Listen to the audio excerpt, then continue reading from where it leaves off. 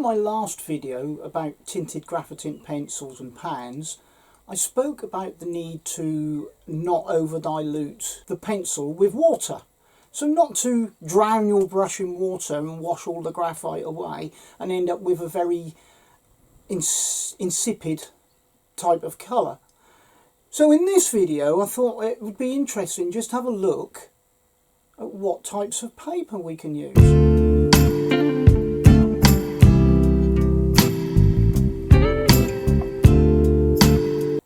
So first off, it's obvious you're going to need a paper that will take water. So for example, a watercolour paper. At the very least I would suggest a multimedia paper. A multimedia paper is okay and it will take the water, but it's not going to be ever as good as a watercolour paper. Now, there are different textures of watercolour paper, as too are there multimedia papers. Do we want a hot press, or do we want a cold press, or do we want a rough? Well, that's all down to personal choice really. The good thing about graphitint pencils is that they will dilute quite readily and quite easily. That said, not too much water, but unlike watercolour pencils, the colour will not stick to the texture of the paper. So for example, if you had a rough paper and you were using a watercolour pencil, generally, not always, but generally that pencil will stick to all the ridges and you won't dilute it very easily. That usually doesn't happen with tinted graphite pencils.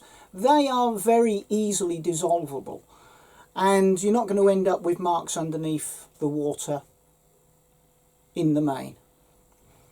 So let's have a look at a couple of different types of paper. I can only show you the papers I have, but I have a rough, I have a multimedia, I have a cold press and I have a hot press. Let's see how they perform.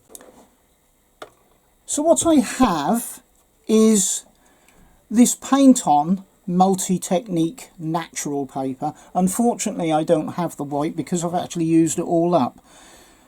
But we've got the natural paper and I'm going to do a little bit of jotting on here just so you can see how it takes the water.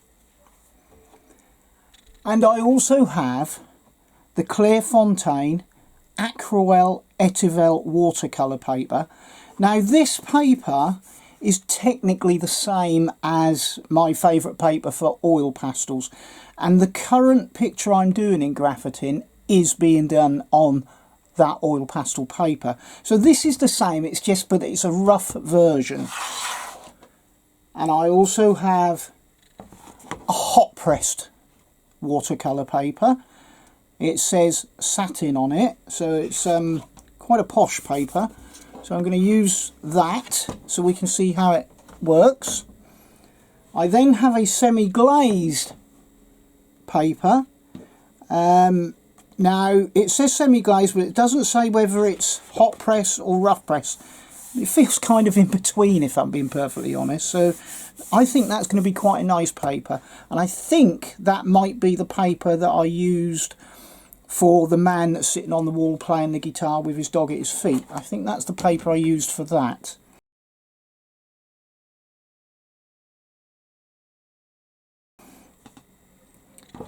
And then I have a cold pressed watercolour paper. And this is a slightly rougher one. It's not rough as such, but it has a bit of texture to it. So we're going to test these coloured pencils. And I'm going to start with multimedia, and then I'm going to work to hot pressed and then through to the rougher papers. So we can see a progression. The colours on this are not going to stand out as vividly because obviously it's not white. Excuse all the jotting, but I can't go just wasting papers, so I'm going to do my little demonstration up here.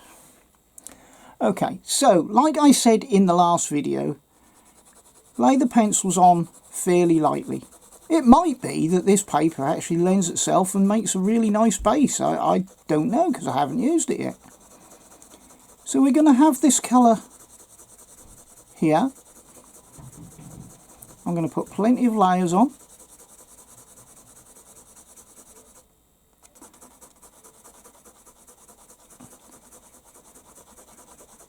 Might not necessarily need to put this amount on normally, but I'm just doing it so you can see it.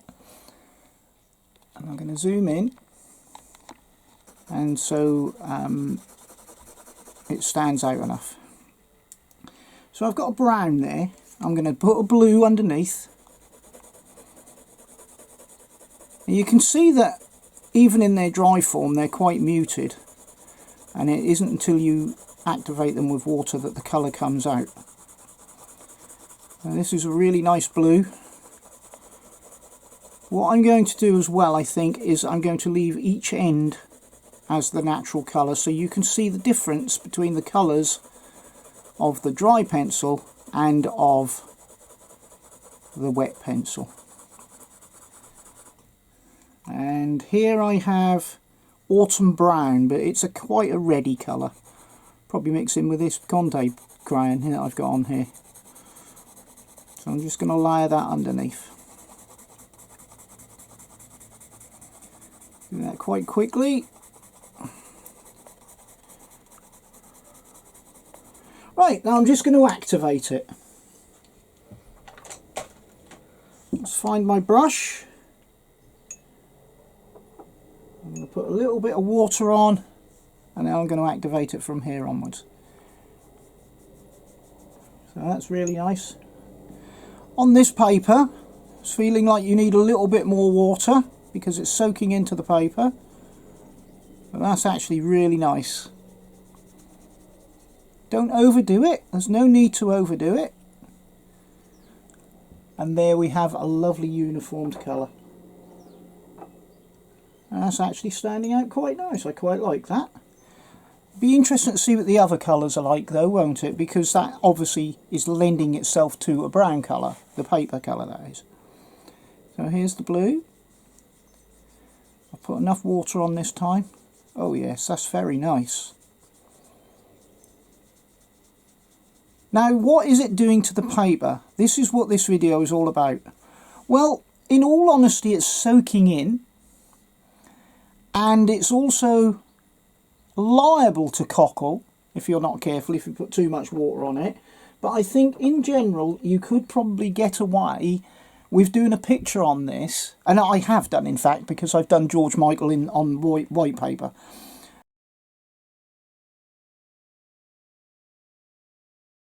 And as long as you don't use too much water, I don't think you'd have any need to stretch it. Oh, look at the red just popped out of that page. Wow, that's really nice. I could see some lovely pictures being done on this fawn colour alone. Look at that. That is quite spectacular the way that's popped out. I hope you can see that on video. Well, there we go. So a multimedia paper, especially the Clairefontaine one, which is what I've got, the paint on pad. There's no pencil being left behind.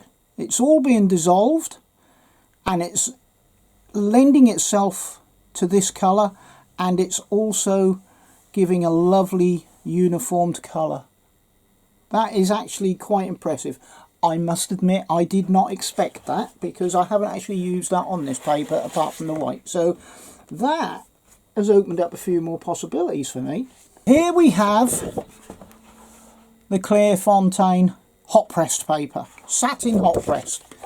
Now this is very smooth. It has a tiny bit of texture to it, and I think this is going to be enough to take the pencil off. So once again, what I'm going to do is I'm going to start with the brown, and the pencil looks different on this paper already. It looks like it's a lighter colour. Now that's probably the white of the paper showing through, and it's also colouring on a lot smoother. Yeah, that's quite a different experience. That really does look completely different. So we'll give it a few more layers. It's actually looking darker. Now we'll colour the blue on. Again, that's giving me a completely different colour.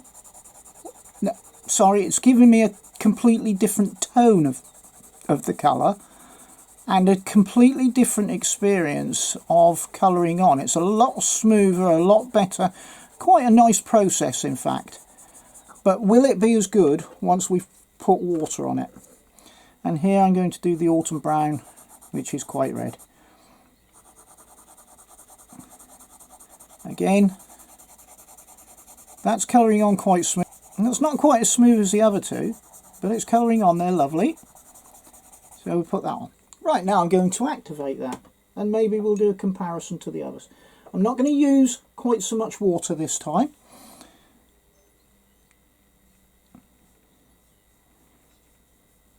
Now that isn't soaking into the paper quite as much, and I didn't expect it to. However, it is dissolving perfectly, and there's no pencil lines underneath. There, I don't want to overdo it. So that's superb. Now the blue. Oh, that blue. Wow. With that water on it. Now I can make that even more dissolved, obviously, so if I wanted a lighter tone I can bring it out here,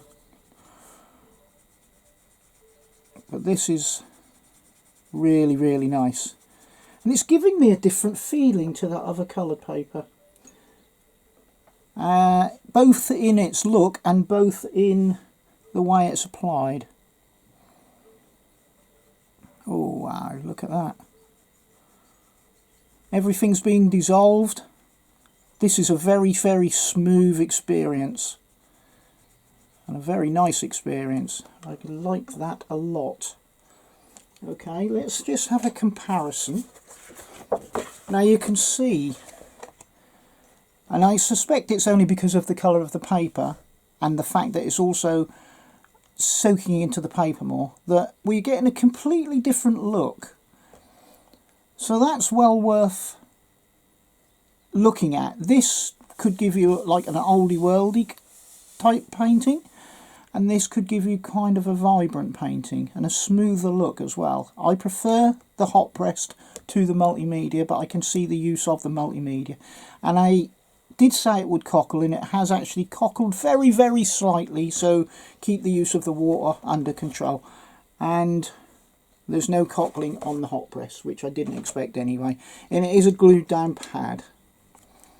Okay, let's have a look at the satin semi-glazed paper, and then we'll do a comparison with that. Now this has slightly more texture. It also feels not quite so satiny, even though it's called satin paper, and that's got to be because of the texture. So you can feel it's a different feeling again. You can see there's more texture coming in the pencils, but I think that it's giving me the impression it would take many more layers, so that's actually quite a good thing. So I'm quite liking this. So that's the brown. Here's the blue. It's a completely different colouring experience in the fact that it does feel rougher, and it feels drier because of the texture, I believe, and it's also taking a lot of the colour off, and it looks different. It just looks different when it's in the dry state.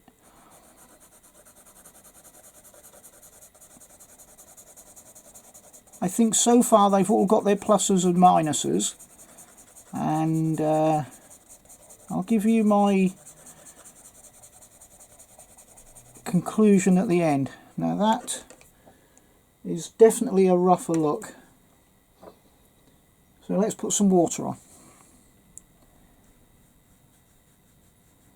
Now, because the pencil is on a rougher paper, it's not dissolving quite as good. However, it is dissolving very good, but you can tell there's a difference. These pencils generally do not dissolve.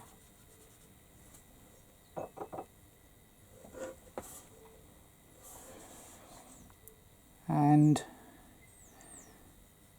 it's given me pretty much the same look as what I would have done on the hot press, but I think I could probably end up with a lot more layers of this. So that's that one done. Let's have a little comparison. This one's dried slightly now. Yeah, I think you can see that it's probably took off a lot more pencil. It's more vibrant, but then it is still wet, and this one has dried up slightly in the meantime. So we'll have a look at them at the end. But I think I prefer this paper so far. It's slightly rougher, and it's given me a much better, cleaner, fresher look. Now we're getting on to a cold press. Now this is quite rough in comparison. It's not the roughest cold press I've ever come across, but you'll see when I colour on with this pencil, yeah, that's definitely rougher. And I have the knack of colouring lightly, so it's not likely that I would end up with any pencil lines. But the look of this, you can see there's a lot more patchiness in here. But that would lend itself to other techniques and other looks. But you can see the texture of the paper very, very clearly, unlike the other two or three that I've already done. So as they're getting rougher, you're seeing more of the texture, which is to be expected, and it's taking more of the pencil. And we'll just see how it dissolves.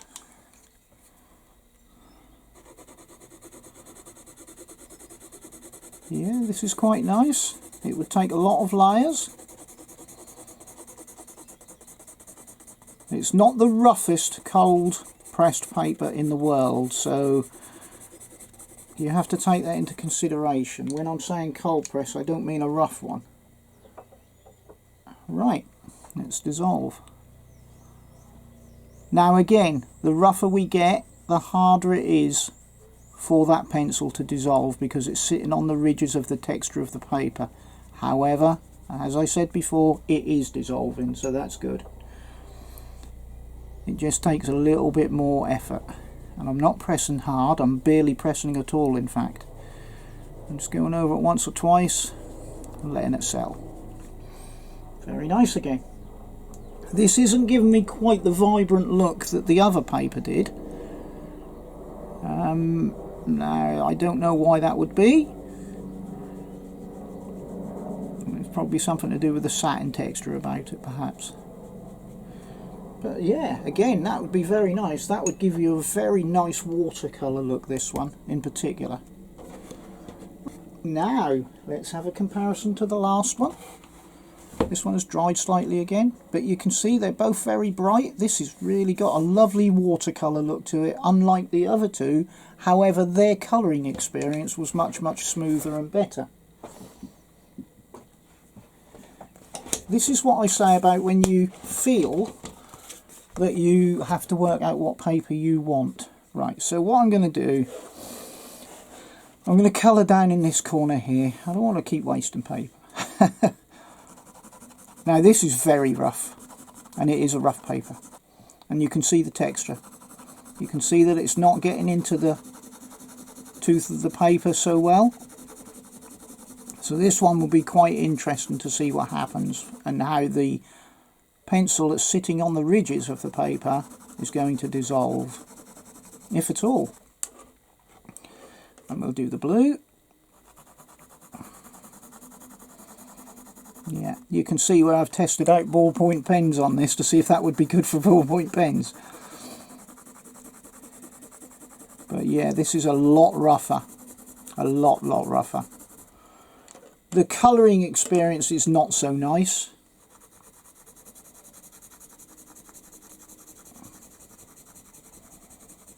And I feel that it would probably take a lot harder work.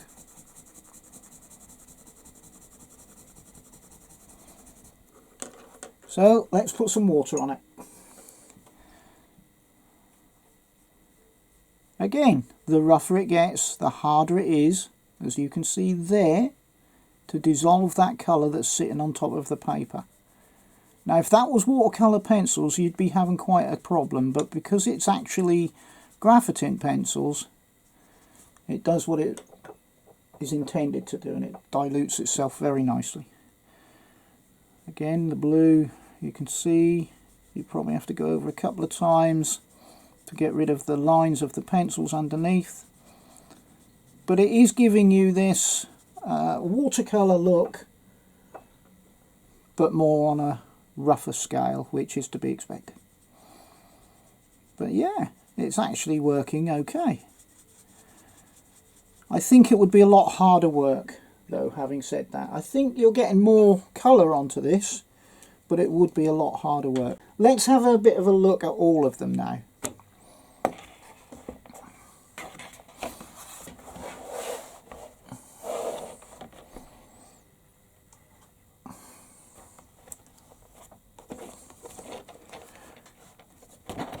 So what we've got here, if you can see the texture of the pencil, that's smooth, that's slightly rougher and a cold pressed, and this is a rough pressed. And these are the results you are getting. For me, out of these three, I think I like the smooth look.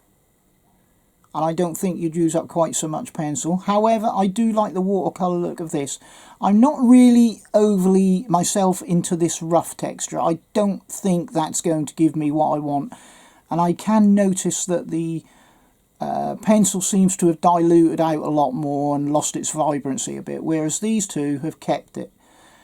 But this one is smooth, and you can see there's still a little bit of texture left into this colouring here. I do think I like this one slightly better.